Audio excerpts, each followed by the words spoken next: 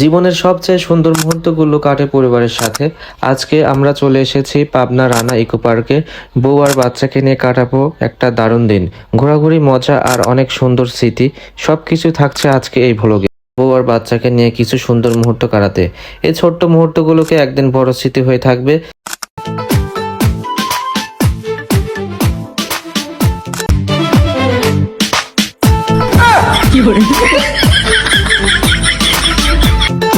চলুন শুরু করা যাক আজকের ব্লগ।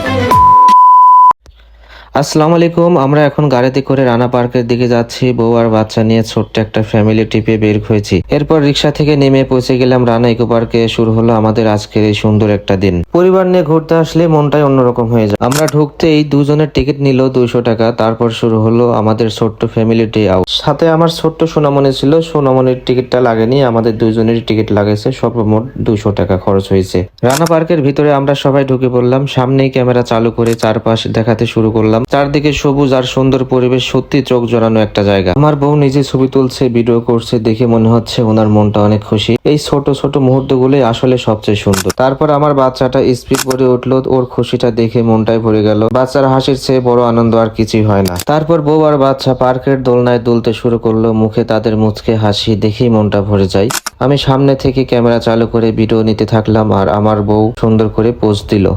তারপর আমার বউ দোলনায় উঠে দুলতে লাগলো। মুখে তার সেই মিষ্টি হাসি দেখতে অনেক ভালো লাগছিল।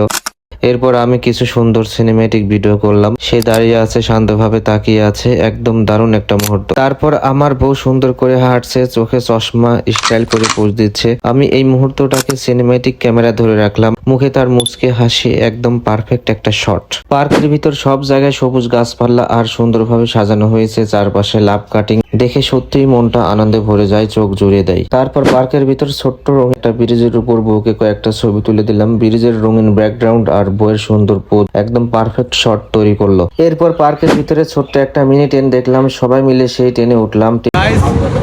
অনেকদিন পর ট্রেনে উঠেছি, দেখুন। তাকাও তাকাও তাকাও,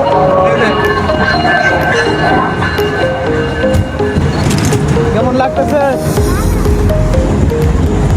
ট্রেন চলতে চলতে একটা কবিতা মনে পড়ে গেল। ঝাক ঝাক ঝাক ট্রেন চলছে, ট্রেনের বাড়ি কই। ও মাই গড, প্রেমিক প্রেমিকা দেখুন কিভাবে প্রেম করছে। তো গাইস, রানা ইকো পার্কে এসে এই মিনি ট্রেনে উঠা একটু আনন্দ উপভোগ করলাম। এরপর বাচ্চা মোটু পাতলু মূর্তি দেখলো। ও অবাক হয়ে ভাবলো, মোবাইলে যাকে দেখেছি উনি এখানে আসলো কিভাবে। এরপর মা মেয়ে দুজনেই মূর্তির পাশে দাঁড়িয়ে ছবি তুললো। বাচ্চার খুশি আর মজা একদম চোখ পড়ার মতো মুহূর্ত। এরপর মা মেয়ে চরণের উপর সিঁড়িতে উপরে উঠতেছে খেলা করার জন্য। বাচ্চাটা সিঁড়ি দেখে পাগলের মতো একা একাই উপরে উঠতে লাগলো। আমি তো ভাবছি নাকি পরে কি যাই, তো তখন বললো যে না, আমি পড়বো না, আমি একা উঠতে পারবো, সাহস দেখে পাচ্ছি না। তারপর উপরে যখন উঠে দেখলো নিচে, অনেক নিচে, তখন বউকে বললাম একটু খেয়াল রেখো যেন নিচে না পড়ে যায়, সাবধানে সাবধানে। তখন বাচ্চাটা ভয় পাইলো। তখন আমি ভাবলাম যে না, খালি খুলে যাইতে পারে, তো নিচে নামার দরকার নেই। তারপর দেখুন আমার বউয়ের কাণ্ড, সে এখন বাচ্চাদের মতো এখান থেকে নামবে।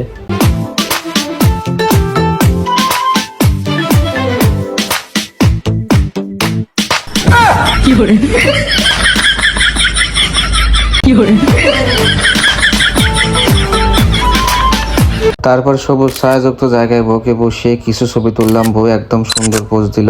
ছবিগুলো একদম প্রাকৃতিক ফিল। এরপর আমি পাহাড়ের উপরে ছাতার নিচে গিয়ে ভিডিও করলাম। বউ ভিডিওটি সুন্দরভাবে শুট করলো, একদম সিনেম্যাটিক ফিলে।